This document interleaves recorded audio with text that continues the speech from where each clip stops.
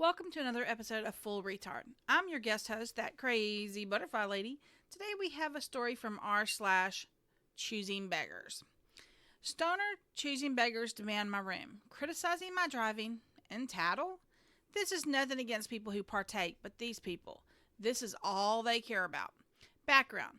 My mom, her friends Rita and CJ, and my little sister Wanda had plans to go to a certain state where said substance was legal. Wanda doesn't partake, but they were also going to see the sights as well. Development. The baby, who my mom put up for adoption, Kelsey, reached out and she coincidentally lived in said state. She wanted to meet not just her mom, but her sisters. And I also wanted to meet my big sister, and I went along. CJ, Rita, Wanda, and Mom were going to share a 2-bed hotel room suite and split the cost 4 ways. They offered to let me sleep on the floor or see if the hotel had a cot or rollaway. I declined politely and just got my own hotel room with a single bed. Last minute, Mom is invited to stay with Kelsey. They didn't have a lot of room, which is why we weren't also invited. Kelsey felt bad, but Wanda and I did not mind. We were fine in the hotel that we'd all already paid for anyway. We get there and they were out of singles, so they put me in a double suite at no extra cost. No big deal. We spend the day driving to about 5 dispensaries before meeting up with Mom and Kelsey to eat at a restaurant. Then CJ and Rita eat some edibles at dinner and then proceed to ask if Wanda could stay with me so everyone would have their own bed. I said no. I'd rather have the room to myself. They pushed and Wanda piped up that she didn't want to share a room. She later told me it was because of temperature. She likes her room ungodly hot when she sleeps, whereas I prefer a morgue-like environment, which you know what, fair, and to stop pushing.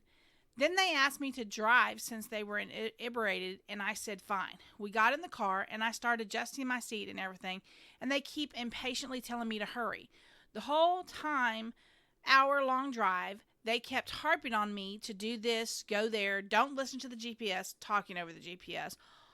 I'm trying to navigate an unfamiliar city, hoping not to get pulled over with the vapors in the back, all while they keep arguing with me about the room. I told them no, that I wanted the room to myself. They said they'd pay and would go outside to smoke. I don't like the smell of smoke of any kind, and a lot of vaping in the room gives me a headache. If I let one of them have my spare bed, I firmly said no. They said Junior wasn't fair, what they were the only two who has to share. I said if I hadn't come, they'd still be in the same situation that they'd already agreed to. We got to the hotel and they said I needed driving lessons. Now, I didn't tell them all the reasons I didn't want to share a room because, frankly, I shouldn't have had to. I shall list them here, though.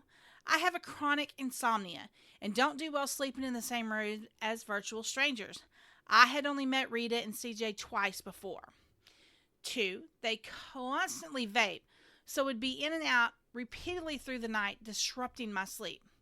3, possibility they try to guilt me into letting them smoke in the room since I was so far from any exit.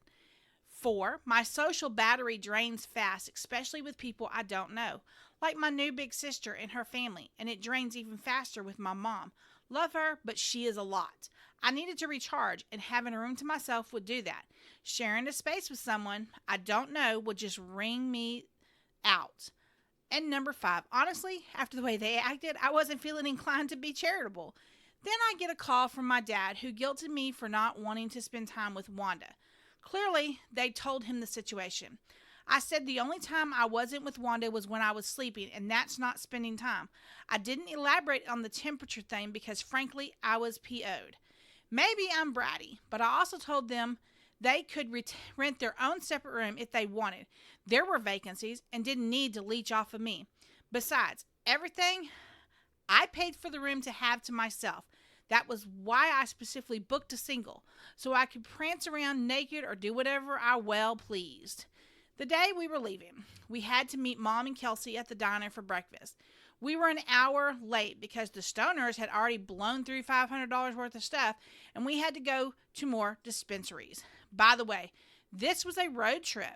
We were also supposed to be home by 8 out in time. We got home around 2 a.m. because we went to more dispensaries after the food. Mom didn't feel well.